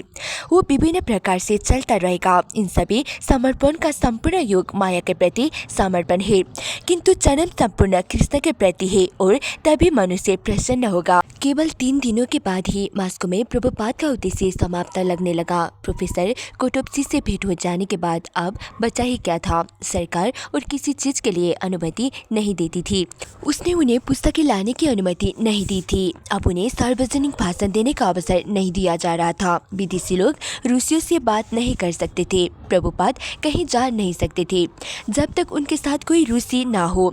फलस्वरूप बिना प्रवचन दिए और बिना उसकी किसी संभावना के वो अपने तंग कमरे में रहते, मालिश कराते, स्नान करते और श्याम सुंदर जो भी पा सकता लाकर पका देता वो उसे ग्रहण करते। कुछ पत्र लिखवा देते, हरे कृष्ण जप करते और श्रीमद् भागवतम का अनुवाद करते रहते। प्रभुपाद ने एक गाइड लिया और अन्य यात्रियों के साथ एक भरी हुई बस में बैठकर मास्को की सैर की। उन्होंने देखा कि वृद्ध रूसी गिरजाघर जा रहे थे, जहाँ द्वार पर सशस्त्र संतरी खड़े थे। उन्होंने अनुमान लगाया कि ये संतरी युवा पीढ़ी को गिरजाघर में जाकर पूजा करने से रोकने के लिए थे। वो शीघ्र ही सैर से उब गए, पर गाइड ने उन्हें टैक्सी करा दी और ड्राइवर को उन्हें होटल नेशनल वापस ले जाने को कहा। श्याम सुंदर दिन का अधिकतर भाग ताज़ा भोजन की तलाश में बीता था। ये सुनकर कि शहर के पार किसी बाजार में संतरे मिले रहे थे, वो शहर पार करने निकल पड़ा। सिर घुटाए और सफेद धोती कुर्ता पहने वो जहाँ से गुजरता लोग उसे टकटकी लगाकर देखने लगते। और अंधेरे होने के बाद जब वो लौट रहा था तो लाल पट्टा बांधे वर्दीधारी पुरुषों ने उसे स्थानीय उच्चका समझा और आवाज दी। उसे दबोचते हुए उन्होंने उसकी बाहें उसकी पीठ पर बांध दी और रूसी भाषा में उस पर चिल्लाने लगे। श्याम सुंदर की समझ में डॉक्यूमेंट शब्द आ गया। उसने उत्तर दिया, डॉक्यूमेंट होटल होटल। ये जानकर कि श्याम सुंदर कोई पर्यटक था। अधिकारियों ने उसे छोड़ दिया। श्याम सुंदर होटल लौटा और जो कुछ घटित हुआ था वो प्रभुपाद को कह सुनाया। रूस में कृष्ण भावनामृत के बिना कोई आशा नहीं है, प्रभुपाद ने कहा। एक बार श्याम सुंदर दही की दुकान पर पंक्ति में खड़ा था कि उसके पीछे के एक व्यक्ति ने योग के विषय में पूछा। मैं सचमुच आपसे बात करना चाहता हूँ, उस आदमी ने कहा और उसने श्याम सुंदर को अपना नाम, पता और समय दिया जब वो बिना किसी खतरे के मिल सकते थे। जब श्याम सुंदर ने प्रभुपाद को बताया तो प्रभुपाद बोले, नहीं वो पुलिस वाला है, उसके पास मत जाना। अपनी खिड़की के सामने खड़े होकर प्रभुपाद ने पास के रेड स्क्वायर में एक परेड का दृश्य देखा। सेना की टुकड़ियां टेप तोपे प्रचपास्ता सड़कों पर से निकल रहे थे। प्रभुपाद ने कहा कि हमेशा युद्ध की तैयारी में लगे रहकर रूसी नेता लोगों को युद्धोन्मुख रखते हैं और इस तरह क्रांति से बचे रहते हैं। उन्होंने युद्ध प्रिय रूस की तुलना श्रीमद् भागवतम जैसे प्राचीन वैदिक इतिहासों में वर्णित असुरों से की। एक दिन 2 जवान व्यक्ति, जिनमें एक मास्को में नियुक्त भारतीय राजदूत का पुत्र था और दूसरा एक तरुण मास्कोवासी था, रेड स्क्वायर के निकट मटर गश्ती कर रहे थे कि उन्होंने एक विस्मयजनक दृश्य देखा। शहरी यातायात की सामान्य नियमित पंक्ति में एक लंबा नौजवान सिर मुड़ाए, लंबी लाल शिखा धारण किए और ढीले श्वेत वस्त्र पहने हुए उनके निकट आया। वो श्याम सुंदर था। भारतीय राजनयिक के पुत्र ने श्याम सुंदर की वेशभूषा से परिचित होने का कारण उसे रोका। श्याम सुंदर मुस्कुराया, हरे कृष्ण बंधु, और वो उस भारतीय से जिसका नाम नारायण था बातें करने लगा। रूसी इवान थोड़ी थोड़ी अंग्रेजी जानता था और उनकी बातों को यथासंभव गौर से सुनता रहा। वार्ता गंभीर होने लगी। आप आकर मेरे गुरु महाराज से क्यों नहीं मिलते? श्याम सुंदर ने पूछा। दोनों युवकों ने अपने आप को सम्मानित हुआ समझा और वो श्याम सुंदर के साथ तुरंत होटल नेशनल गए। जब वो वहाँ पहुँचे तो उन्होंने देखा कि प्रभुपाद अपने बिस्तर में बैठे थे। वो अभामंडित थे और मुस्कुरा रहे थे। अरविंद उनके पाँव की मालिश कर रहा था। श्याम सुंदर भीतर गया और प्रभुपाद को प्रणाम किया। ये देखकर इवान बिल्कुल अभिभूत हो गया। आओ, प्रभुपाद ने कहा और वो तीनों उनके चरणों के निकट बैठ गए। पहले नारायण की ओर मुड़ते हुए प्रभुपाद ने उसका नाम और पिता का व्यवसाय पूछा। नारायण को प्रभुपाद अच्छे लगे। उसने उनके लिए हरी सब्जियां लाने के लिए अपने आप को प्रस्तुत किया। उसके पिता भारतीय दूतावास में उच्च पद पर थे, अतः उनके लिए भारत से वस्तुएं हवाई जहाज से आती थी। इवान अपने भारतीय मित्र की अपेक्षा प्रभुपाद में अधिक रुचि लेने लगा और प्रभुपाद उसे कृष्ण भावनामृत का दर्शन समझाने लगे, जबकि नारायण अनुवाद करके सहायता करने लगा। इवान अत्यंत आदर तथा डर से प्रश्न पूछता था और प्रभुपाद उसकी प्रश्न का उत्तर देते थे। एक बैठक में जितना संभव था कृष्ण भावनामृत के आधारभूत ज्ञान के संबंध में प्रभुपाद ने उसे पढ़ाया। प्रभुपाद ने आत्मा और शरीर का अंतर बताया और परम भगवान कृष्ण के साथ आत्मा के स्वास्थ्य संबंध को स्पष्ट किया। उन्होंने भगवत गीता विश्व भर में फैले मंदिरों के जाल तथा भक्तियों के अभ्यास में लगे अपने युवा शिष्यों और शिष्यों के बारे में बताया। प्रभुपाद ने रूस में धर्मोपदेश देने की इच्छा व्यक्त की, जहाँ कृष्ण भावनामृत के लिए विशाल क्षेत्र था, क्योंकि वहाँ के लोग खुले दिमाग के थे और विषय वासनाओं से दूषित नहीं हुए थे। और रूस में कृष्ण भावना भावी साहित्य का प्रचार पुस्तकालय या वाचनालय के माध्यम से या अन्य जिस किसी साधन से संभव हो करना चाहते थे। उन्होंने कहा कि कृष्ण भावनामृत संबंधी दर्शन की शिक्षा रूस के सर्वाधिक बुद्धिमान व्यक्तियों को दी जानी चाहिए, किंतु सरकारी प्रतिबंधों के कारण इसे सतर्कतापूर्वक करना होगा। यहाँ भक्तजन सड़कों में नाच गा नहीं सकेंगे, किंतु वो किसी के घर में सामूहिक रूप से शांतिपूर्वक कीर्तन तो कर ही सकते थे। तब प्रभुपाद बहुत धीमे स्वर में गाने लगे और कीर्तन में उन लड़कों की अनुगाई करने लगे। इवान का कृष्ण को इस तरह अपनाना भूखे व्यक्ति द्वारा भोजन ग्रहण के समान था, पर कई घंटों के बाद उसे और उसके मित्र को जाना पड़ा। वो अगले दिन आने के लिए कहते गए। श्याम सुंदर इवान और नारायण के साथ अपना समय बिताने लगा। इवान 5 दर्शनों का विद्यार्थी था और वो बहुत मीठा भी था। वो ये जानने की उत्सुक थी कि बाहरी संसार में क्या हो रहा था। वो बिटोला का सौनकी था और प्रभुपाद ने जॉर्ज हैरिसन और जॉन लेनिन के साथ अपने संसर्ग के बारे में उसे बताया। श्याम सुंदर और इवान में रूस के बाहर तरुणी की महत्वाकांक्षाओं और आशाओं के बारे में लंबी बातें होती रहती और श्याम सुंदर उसे समझाता रहता कि किस प्रकार कृष्ण भावनामृत का मार्ग आध्यात्मिक मार्गों का शिरोमणि था। श्याम सुंदर ने उसे भक्ति योग के मूल सिद्धांत यथा नित्य प्रति 16 माला का जप बताया और उसे भगवत गीता यथारूप की अपनी प्रति भी दी। प्रभुपाद ने इवान को दिखाया कि चपातियाँ और चावल कैसे बनाते हैं और उन्होंने उससे मांस खाना छोड़ देने को कहा। इवान ने जप करना, नए ढंग से भोजन करना, सब कुछ प्रसन्नतापूर्वक स्वीकार कर लिया। इवान प्रशिक्षित किया जा रहा था ताकि जब प्रभुपाद चले गए तो अपने आप सब कुछ करता रहे। इवान को स्वतः लगने लगेगा कि वो बदल रहा है और आध्यात्मिक जीवन में आगे बढ़ रहा है। इस तरह कुछ दिन तक अभ्यास करने के बाद उसे दीक्षित किया जा सकेगा। इवान ने कहा कि वो अपने मित्रों को भी कृष्ण भावनामृत के बारे में बताएगा। प्रभुपाद को मॉस्को में रुकने के केवल 2 दिन बाकी रह गए थे, इसलिए उन्होंने जितना संभव था इवान को सिखाया। इस तरुणी रूसी की उत्सुकता तथा बुद्धि से प्रभुपाद को लगा कि रूस आने का उनका यही वास्तविक उद्देश्य था। प्रभुपाद ने दृष्टांत दिया कि चावल पकाते समय रसोई को चावल के केवल एक दाने को देखना होता है, ये जानने के लिए कि पूरे बर्तन का चावल पक गया है या नहीं। इसी तरह इस एक रूसी युवक से बात करके प्रभुपाद बता सकते थे कि रूसी जनता अपने मार्क्सवाद के तथाकथित आदर्श वाले देश में संतुष्ट नहीं थी। उन्होंने देखा कि जिस तरह इवान कृष्ण भावनामृत को अपनाने के लिए उत्सुक था, उसी तरह लाखों रूसी होंगे। चाणक्य पंडित का कथन है कि एक खिलता हुआ फूल सारे वन को सुगंधित कर सकता है और एक वृक्ष में लगी आग सारे वन को भस्म कर सकती है। मार्क्सवादी दृष्टिकोण से इवान वो अग्नि था जो कृष्ण भावनामृत और में फैलाएगा। इस तरह साम्यवादी आदर्श को पराजित कर देगा और प्रभुपाद के दृष्टिकोण से इवान वो सुगंधित पुष्प था जो अनेक लोगों को अपनी सुगंधि दे सकेगा। प्रभुपाद की ये रूसी यात्रा एक अज्ञात अवकाश बनकर नहीं रह गई, वरन उसने उन्हें एक वीरान स्थल में कृष्ण भावनामृत के बीजारोपण का अवसर दिया। श्रील प्रभुपाद ने भगवान चैतन्य के आंदोलन को एक और देश में ला दिया था। चैतन्य महाप्रभु ने भविष्यवाणी की थी कि ये संकीर्तन ग्राम ग्राम तथा नगर नगर तक पहुंचेगा, किंतु ये भविष्यवाणी सैकड़ों वर्ष तक अपूर्ण बनी रही। पर प्रभुपाद ने जब पहली बार 1965 में अमेरिका की यात्रा की, तब से उन्होंने बार बार एक के बाद एक असंभव स्थान में भगवान चैतन्य के संदेश का बीजारोपण किया था और उन समस्त स्थानों में ये कदाचित सबसे अधिक असंभव स्थान था। सरकार द्वारा निरीक्षित मॉस्को के इस संक्षिप्त यात्रा में उन्होंने सोवियत यूनियन में कृष्ण भावनामृत का बीजारोपण कर दिया।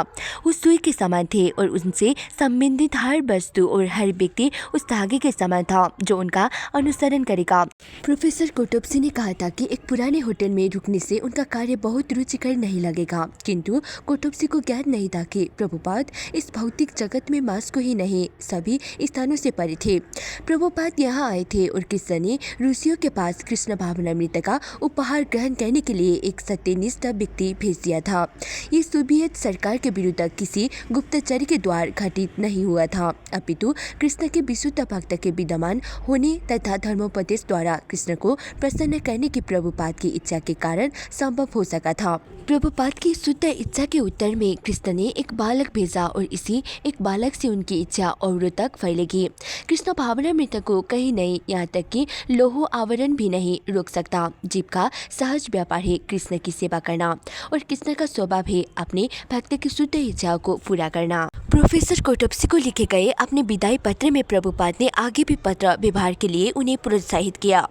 आप मेरे व्याख्यानों के पांडुलिपियां देखना चाहते थे, इसलिए मैं इस पत्र के साथ व्याख्यानों की प्रस्तावना संलग्न कर रहा हूँ और यदि आप चाहे तो मैं आपको निम्नांकित विषय पर निबंध भेज सकता हूँ। 1. समाजवाद एवं साम्यवाद की वैदिक धारणाएं। 2. वर्गहीन समाज के वैज्ञानिक मूल्य।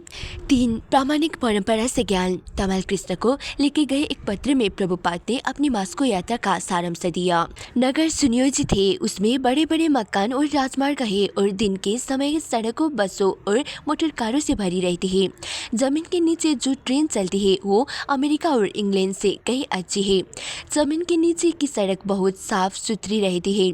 पृथ्वी तल की सड़कें भी प्रतिदिन धोई जाती है, किंतु शाकाहारी खाद्य पदार्थ प्राप्त करने में कुछ कठिनाई होती है, तो भी हम कुकर से अपना खाना बनाते हैं, जिससे हमारे जीवन की रक्षा हुई है। हमने एक महान प्रोफेसर कोटोप्सी से बात की और श्यामसुंदर की बातें अनेक बड़े लेखकों और संगीतज्ञों से हुई। हमारे साथ 2 लड़के कार्य कर रहे हैं, उनमें से एक भारतीय है और दूसरा रूसी, इसलिए यहाँ एक केंद्र स्थापना की अच्छी संभावना है। यद्यपि वातावरण अच्छा नहीं है, दूतावास किसी काम नहीं आया, अतएव हमारी मास्को यात्रा ज्यादा उतनी सफल नहीं रही, किंतु भविष्य के लिए हम आशावान हैं। मैं कल एक दिन के लिए पेरिस जा रहा हूँ, फिर सेंट फ्रांसिस्को रथ यात्रा में जाऊँगा और उसके बाद लंदन वापस आ जाऊँगा। पेरिस, जून 25, 1971। श्री प्रभुपाद ओरली हवाई अड्डे से अभी अभी पहुंचे थे और भारतीय पर्यटक कार्यालय के सभा कक्ष में एक सोफे पर लेटे थे। आराधन और उसकी पत्नी संतनु उनके साथ टैक्सी में आए थे और कमरे में यही 2 और व्यक्ति थे। चूँकि कुछ समय बाद प्रभुपाद को संवाददाताओं से मिलना था, इसलिए उन्होंने कहा कि वो आराम करना चाहते थे और उन्होंने अपनी आंखें बंद कर ली। हवाई अड्डे पर पेरिस के आप्रवास अधिकारियों ने प्रभुपाद को रोक लिया था, जबकि लगभग 30 यूरोपीय भक्त, जिनमें से कोई भी उनसे पहले कभी नहीं मिला था, उत्सुकतापूर्वक उनकी प्रतीक्षा कर रहे थे। जब प्रभुपाद बायुआन से सीमा शुल्क भवन की ओर जा रहे थे तो भक्त को उनकी एक झलक मिल गई थी और उन्होंने देखा था कि वो अपना संन्यास दंड लिए हुए थे, जिसके साथ उनकी छतरी बंदी थी। प्रभुपाद ने माला की थैली वाला हाथ ऊपर उठाकर भक्त की ओर उसे हिलाया था, लेकिन वो एक पातली दीवार द्वारा उनसे अलग रखे गए थे और 2 घंटे बाद पेरिस के आप्रवासन धारकों ने अंत में उन्हें बाहर जाने की अनुमति दे दी। पेरिस के भक्त ने प्रभुपाद के लिए कार की व्यवस्था नहीं की थी, इसलिए जब उन्होंने कार मांगी तो कई भक्त एक टैक्सी बुलाने के लिए दौड़े। जब टैक्सी आ गई तो प्रभुपाद आराधना और सतनु को साथ लेकर और शेष लोगों को वहां पहुंचने के लिए कहकर भारतीय पर्यटक कार्यालय के लिए चले पड़े। अल्प विश्राम के बाद प्रभुपाद ने अपनी आंखें खोली और कमरे में आराधना, सतनु और श्यामसुंदर को देखा।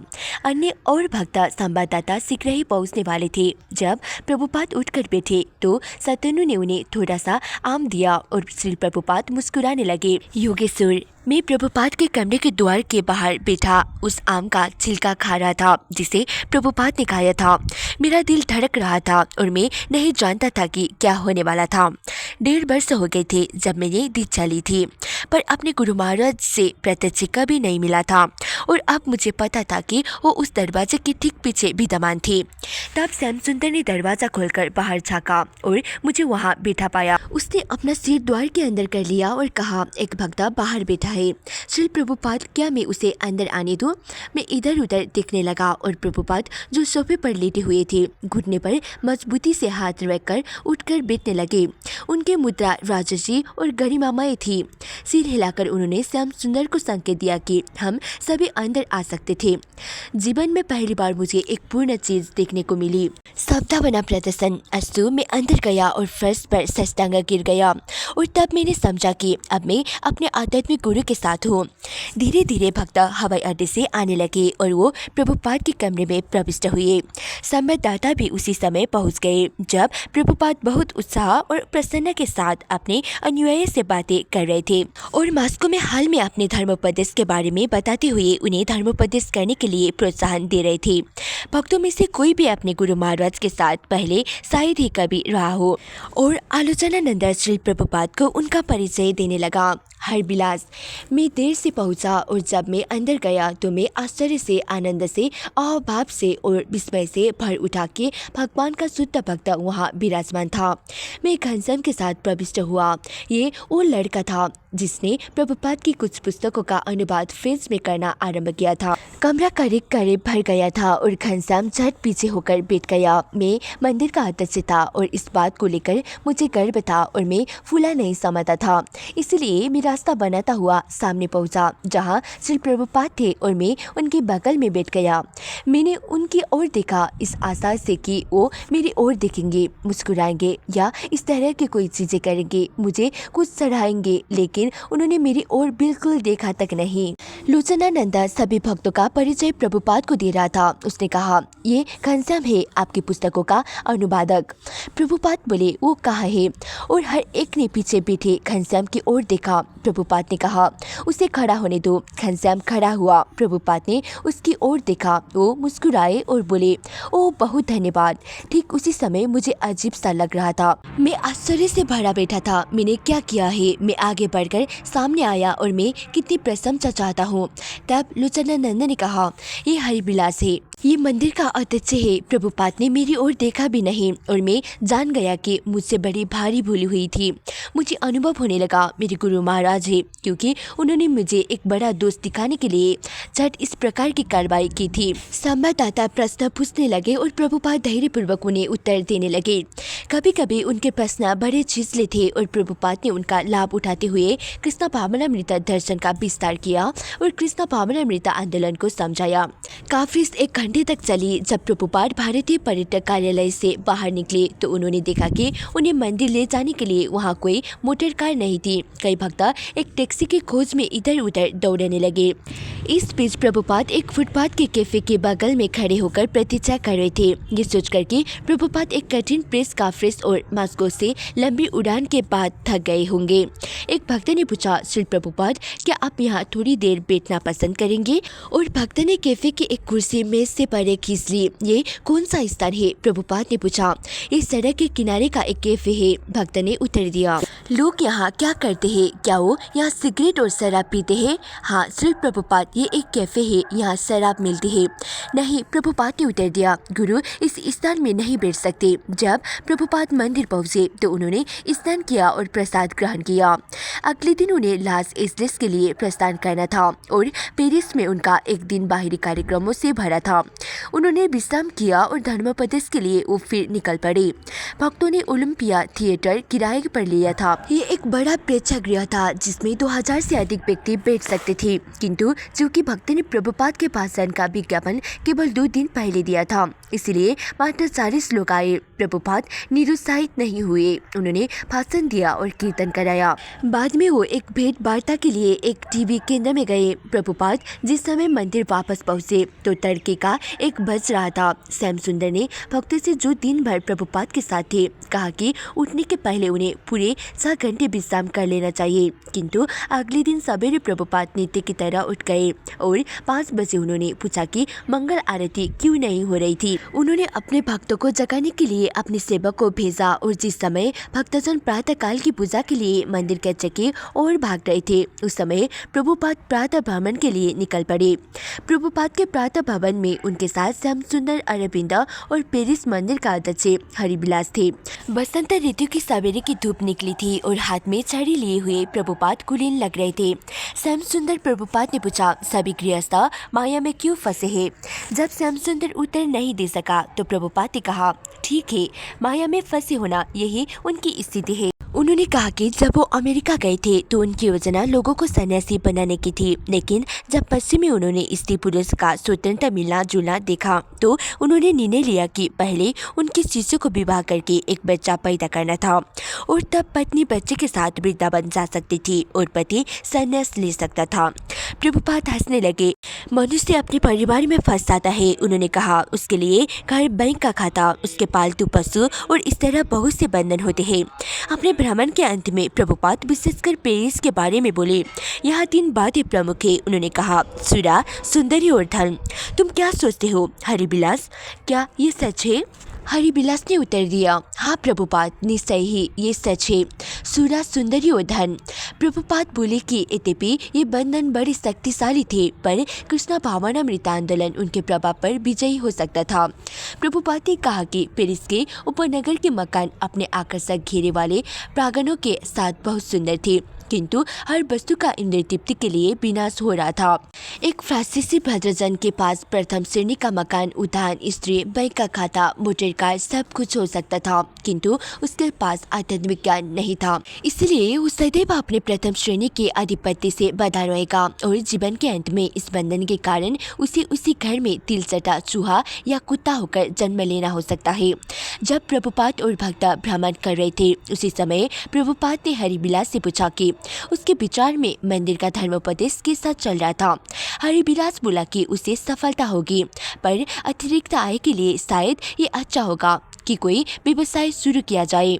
तुम्हारा व्यवसाय धर्मोपदेश करना है, प्रभुपाद ने कहा। यदि कोई गृहस्थ हो तो व्यवसाय कर सकते हैं।